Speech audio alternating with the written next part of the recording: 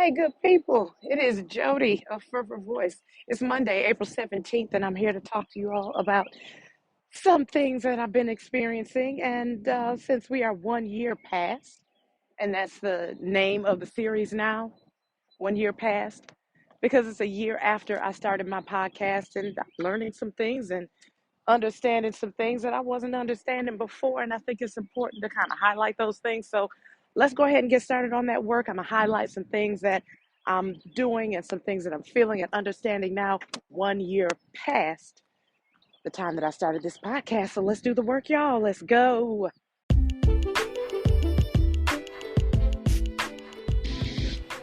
Hey, it's Jody. I'm back, ready to talk, ready to chat it up.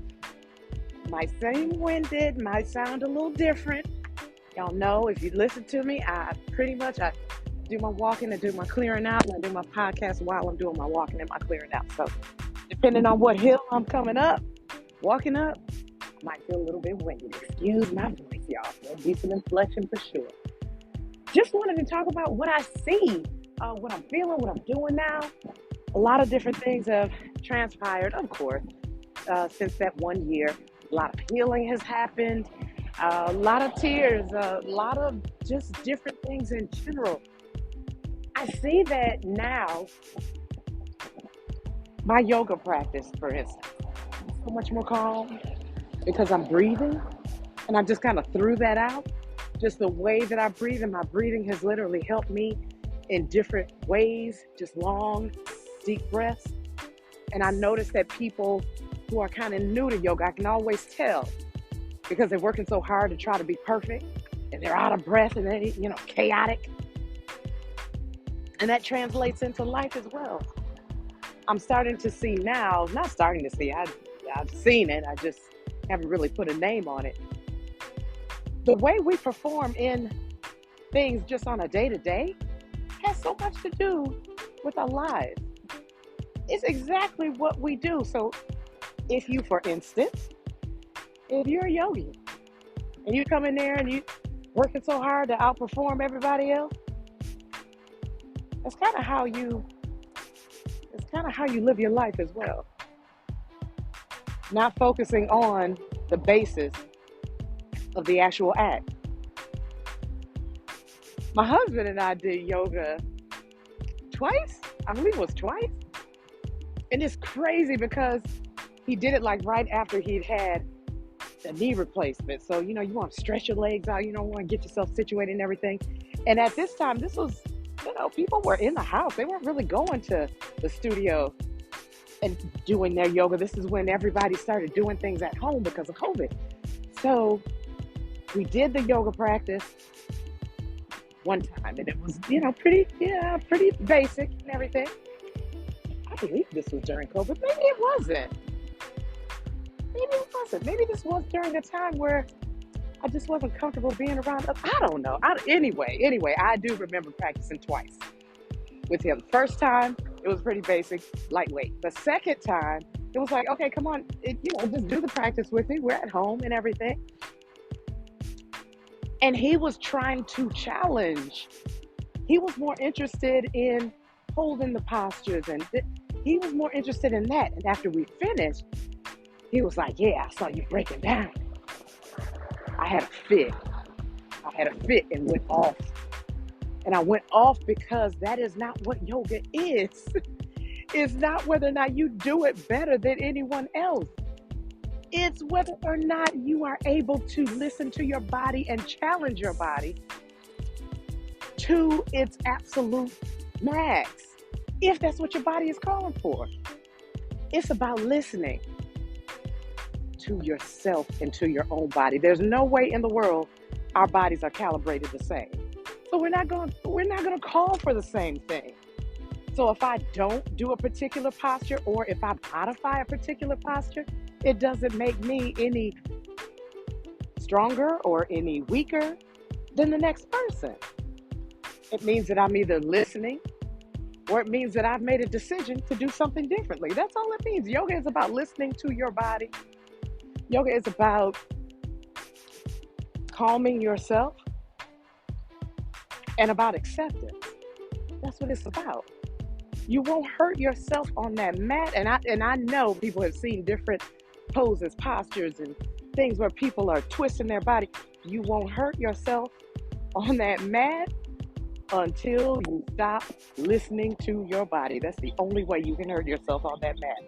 So again, the way you perform, just those general tasks or those main things that you do, that's the way you perform in life. I'm thinking about this woman that comes into the studio and she's always working to just outdo. You can see it. It's very chaotic. Really chaotic practice. That doesn't lead to anything other than a chaotic life. I know that now. I'm feeling that now. I'm understanding that now. So beyond that, the activities that you choose.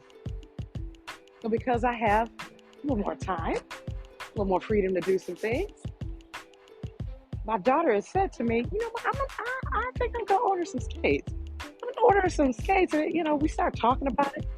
And I thought about, you know what? I skated as a kid. You skate outside, and then when you get older, you go to the skating rink at night and all that good stuff. My sister would, take us skating on Sunday nights. That was in my area. Sunday nights, that was the R&B night there. So we would go, and I remember that two of my friends, we were in the car and we were leaving. Skating was already over around 10 o'clock, 10:30, something like that. It was already over. So we were headed home. Okay, what are the chances that I'm walking and my husband drives by? He's so silly. I'm glad y'all didn't even hear what he said. Anyway, so we're leaving. It's like 10:30, because like I said, it's around 10:30 when we leave the skating rink. Pitch black out, of course. People are hanging out, talking, laughing, and everything. We're headed home. Then I see and hear gunshot. And I see my two friends. Never forget it. They just so happened to be standing in the line of that fire. Somebody came by, just opening up, just bah, bah, bah, bah, bah, bah, bah, bah. And I literally saw where the bullet hit their legs and how they just dropped to the ground. I literally saw that. We were only in 7th or 8th grade. We were in middle school. We weren't even in high school. That was the end of skating for me. I still had my skates. I had them in my car. And I'm saying I had them in my car, but those are the skates that I kept from like 13, 14 years old all the way into my adulthood, 20, 21 years old. I just held on to them. They were black skates. I remember they had red wheels, and I had red and white pom-poms on the front. I remember those skates. And I had them in my car. I had them in my car for years. Then I finally got rid of them. Because that trauma, that experience there, I just didn't want to do it anymore. I just stopped. I just let that thing go. My friends did recover. They're wonderful people. They're fantastic people. Just some strong young ladies. Yeah. Great aunts and mommies. Those two are Inky and Tanya. Smiling just thinking about them. A lot of funny stories. Anyway, after that, I had my kids. And of course, if you have kids, there's going to be skating. And I bought my kids skates, and I would drop them off at the skating rink, let them do their thing. Then I bought skates for myself, because I was like, well, I'll participate too. And I did. I did start to participate with them with skating, but it was on more of a kid level. So I didn't skate very much. Years passed, right? 51 years old, right? My daughter said she's going to pick that back up. She remembers how her and her brother would skate in the basement. She remembers how they would have fun on their skates and everything. She said she wanted to pick it back up. So I started thinking about, why don't I skate anymore? What happened? And I recalled that. And I recalled that trauma. But that's the same trauma that I had as a maybe 3, 4-year-old when I picked up my father's gun and shot it. Then dropped it crying. I remember that like it was yesterday because I almost shot my mother. She was smart enough to duck when she sees a gun in a child's hands. And that's exactly what she did. That trauma carries on, especially after my son having died from a gunshot, 2 to be exact. That trauma lives on. And after I thought about it, I said, I need to tap into that. I need to not let that deter me from the things that I enjoy doing. So here I am, all these years later, right? Picked up skating again. And it's weird because no one else will skate with me. Nobody wants to do that. It's like, people my age, they don't do that. I might fall. I might do, whatever. And then I get online. I start looking. I'm like, wait a minute. There's some old school people in there rolling. And I've learned that I don't have to have people with me to do anything. I've known that. But now I practice it even more. Enjoying things that I like to do on my terms, on my time, when I want to do it, where I want to do it. So I have several pairs of skates now. I've really started to invest in that. Several pairs of skates, different wheels for different things. So I can go to the store and just hear a certain song. And I need to skate. I will go to the nearest sidewalk, nearest park, whatever, and I whip my skates out. Because I keep a pair of skates in my car all the time. Because that's where I get my release. It's where I get my little joy. Just skating. Something that seems so, that kind of almost seems ridiculous, right? At this age, but there's something about it. It gives me release. It gives me enjoyment. It's almost like a little party that I'm having. And it is about myself a little bit, but hey, it's something that I enjoy doing. And I understand that even though it may not be popular to most, it shouldn't stop me from doing what I wanted to do or doing what I want to do. So I do end up going by myself because I'm just not in that age bracket where that's popular. It's popular for people to go and sit down at a restaurant and eat at this age. But that's not helping my energy. That's not helping what I need to do. Sitting down and having something to eat, that's fine. That's fine. But it's not what's helping me. So I think after a year past, enjoying my life in a way that only I can define it. Experiencing things that at one point were just off limits and being open to them again. Because I think there's part of my childhood that was stopped when I saw my friends, when I saw Inky and Tanya get shot. A part of my childhood literally stopped right there, and I put something down that I loved and that I enjoyed doing. And now I'm back into it. I'm much better than I was before. And I'm getting better and better at it. It's taking me longer, sure. Because there's some things I'm just not going to do. Not at this stage. I'm just not going to do it.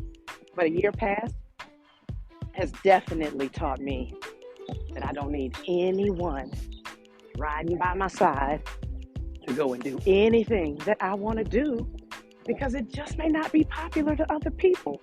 My energy is different. I'm seeing things differently.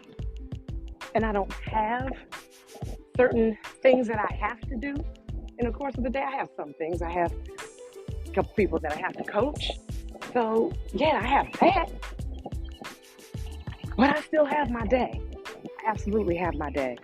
I'm starting to realize that I'm more accepting of other people's actions, of other people's opinions, and it has given me such peace. When you don't have an opinion about what somebody else does, it just rolls off your back. It's all good. Oh, okay. And you let that thing go. Now, there are some times where I'm going to have to sit down and I'm going to have to write about certain things that happen. And I'll sit down with my journal about something and I'll write it out and I get it out. And sometimes it requires more than one journal entry to do it, but I will do it because that's what I need to keep myself light, to keep myself focused on whatever it is that I need to do. There are people in my immediate circle that I've come to know because of the death of our kids. There are people that I have come to know. I'm starting to see that they're on a different path. And I'm also starting to see that I'm no longer that person that's trying to jump and tell them what they should be doing. You need to do this, you should do this. I don't do any of that anymore. Why? It's just not necessary. Because I'm accepting of the fact that the journey that other person has is going to take them the amount of time that they choose, and their choices absolutely impact that time. So when I have those friends, when I have those people in my loop that say, I'm just not ready, okay. And you don't have to be. I do understand and I do get that there are certain things that you are going to need to step back in and do if you want to heal. But if you remain on the I'm not ready wheel for too long, I tell you, when I tell you, there's a cost, and that cost is great. And I don't really care what it is. It could be about weight. It could be about finances. If you stay on that wheel of I'm not ready yet for too long, the cost may be more than you're able to pay back. If you still fooling with some things that you say to yourself, I know I shouldn't be doing this, but don't feel guilty about it. You can go on ahead and keep doing it. Just understand what the cost will be. And accept that. My level of acceptance has come up so much, and it has given me great peace. Great peace. I think on this episode, what I want people to understand is that there is likely, and I can't really think of anything, acceptance is probably the most important thing that you can work on in your life. Acceptance. You don't have to agree. Acceptance, though. Whatever it is that your friend wants to do, whatever it is that your partner or spouse wants to do, acceptance of that. But you'll also have to accept what your role is in it. Do you continue? And if the answer is no, are you brave enough to handle what comes next? Life is such a mystery. And it's one that has to be, I know people say journey, that's one thing. I think it's heavier than a journey. So the journey is one thing, but a mystery, my goodness. Like my son would say, and I didn't even realize it till the other day. One thing about it, two things for certain. I don't say that, but I think it's funny. But yeah, that's more of a mystery. Life is more of a mystery. I know people say, I'm on this journey, this, that, and the third. Man, this is a mystery. You don't know what the hell. And you just got to figure it out. You just got to figure it out. I think another thing that I've learned, and there's so many things, I just literally had to break it up. But another thing that I've learned is grasping on to the latest thing going. That's not a thing. It is not a thing. The things that have gone on with the people around me lately, with their self-diagnosis. And I know about myself that, and I know about, and then I know. Listen, one thing I know for sure, when you think you know everything about yourself, you don't know anything about yourself. Because what you think that you do, what you think that you say, how effective you think that your actions may be, look totally different to somebody else. Totally different. Give you an example. I'm in class, instructor asks a question, the lady answered the question, then I was asked a different question. But I wanted to circle back on the question that she had asked the other individual. And I did. After I answered what I needed to, I said that I wanted to circle back. Well, I said what I said, and my instructor didn't like that. Now, to me, I was giving a more positive outlook on that. Or my outlook on that particular question. And she didn't like that. And she made a comment that I felt like was inappropriate. Yeah, whatever. I'm not going to worry about it. We always respond from our space, wherever we are. So that was her space. That's where she was coming from. Instructor or not. Instructors are not perfect. Instructors go too hard sometimes. But I didn't respond. I laughed about it because I thought it was funny. Because of, to me, it was just a bit out of pocket, but it was still funny. So, all that to say, you may think you are being perceived a certain way because you could be, honestly, doing things, responding in a way that is from the heart, giving the best that you can. And it simply may not look like that to someone else. So if you're spending your time analyzing yourself from your space, from your light, it's not going to be what you think. I talked about that. I've spoken about that before, about how you don't learn from just your own experience. You don't learn anything from just your own experiences. The outside experiences and what you're willing to take in, what you're willing to be open to is how you learn. But when you spend your time self-diagnosing, you're cutting yourself off from a lot, huge amount of information. Hey, good morning, how you doing? Huge amount of information. But when you do that, you're cutting yourself short. Not only are you cutting yourself short,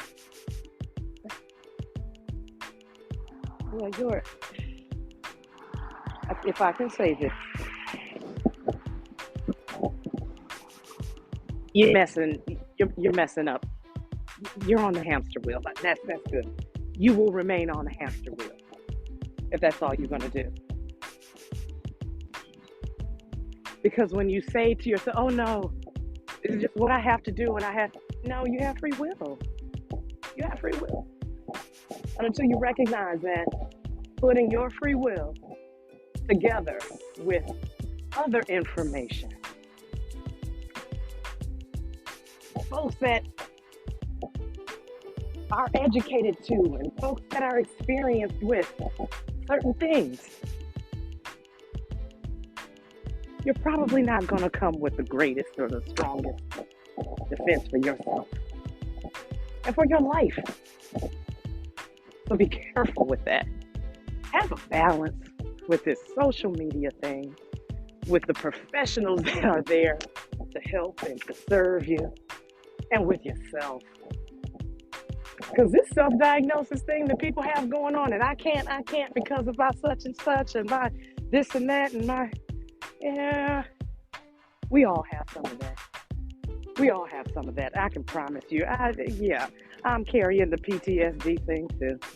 I'm carrying the trauma too. I don't know anybody who is not. It's no excuse to stop walking. It's no excuse. And we do get tangled up sometimes, and we do have to just stop. That's cool. Stop and get your water. But you gotta get back in the race. You gotta get back on the track. The cost is great when you don't. Much greater than you think. Much greater than you'll be able to pay. Give that some thought. Give that some thought. Because 1 year passed. I'm feeling in a way that's far more sensitive. I don't have that grind that I had before, where I had to be in this place, that place, get this done, that done. I can focus on what needs to be done now. And I can see much clearer because I'm required to focus now. There's nothing else there. Everybody else's timeline doesn't exist with me. Take it from me.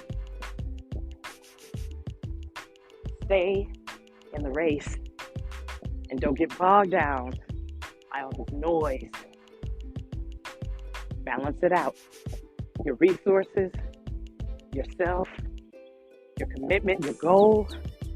Yeah, that needs to be balanced out for the best outcome. It's important. Have conversation with those that want to grow, but those that don't, other than to expose them to what you're experiencing, you can't make anyone do anything. But surround yourself with like-minded folks that want to grow. That's what will grow us. And those that don't want to grow, maybe don't want to grow now, but you owe it to them to at least expose them to what it looks like, what it sounds like. And hopefully one day they'll come around. In the meantime, keep yourself growing. 1 year passed. Thank you for spending some time with me, y'all. I appreciate you. Have a wonderful day. Bye-bye.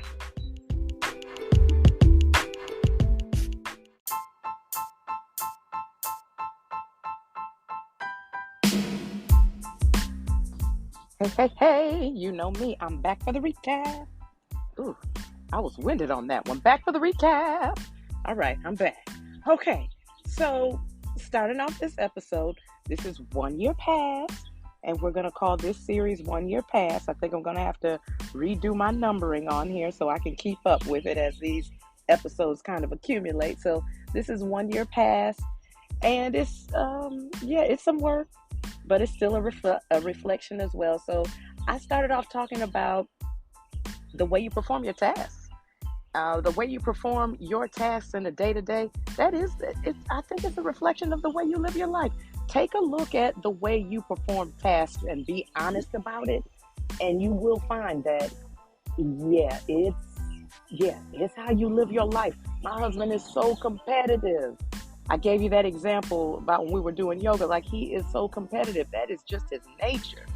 We play dominoes. It's like he's got to take, and he keeps all the scorecards. He keeps all of them, and he counts to see how many games he's won, how many games I've won. That's straight competitiveness, but that's just his nature. Sometimes it's a benefit. So, I mean, I'm good with it. I'll take it. And I talked about connection to trauma, how my traumatic experience is connected to so many things.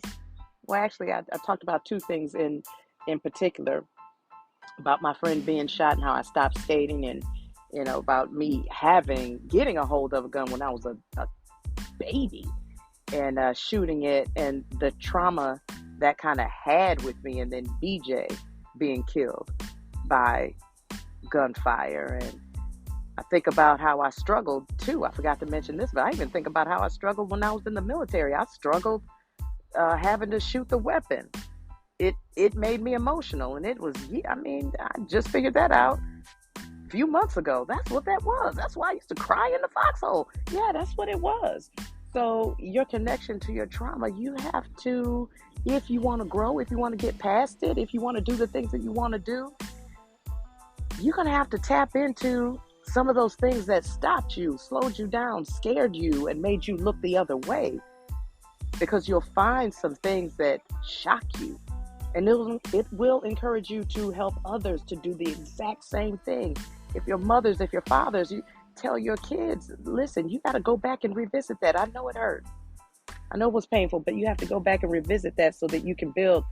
Last but not least, just learning beyond yourself. This era of kind of self-diagnosis, I mean, it's good to a certain degree because you do want to have your own independent intelligence. Like, that should exist as well. But that shouldn't be your only resource. You do need to seek out those who have professions in certain areas and just, yeah, you got to pay people to help you, period. You got to pay people to help you. You can't do everything on your own unless you somewhere living off the grid. No disrespect to those folks, because I appreciate that. I watch something like that on TV. I can only watch it for about 15 minutes, and it sends me to another place. I can't watch that kind of stuff because I know the types of things I'm used to having. But if you're able to do that, if you're that strong, if you're that committed, I applaud you. But I'm just saying it takes a whole nother mindset to live that way. You cannot do everything on your own. And we all need to kind of seek some independence at the same time. So there's a strong balance there. But yeah, start thinking through that thing. That's what I had on this episode. I enjoyed it. And I'll be back with you soon for another one. I'll see y'all next week. Peace.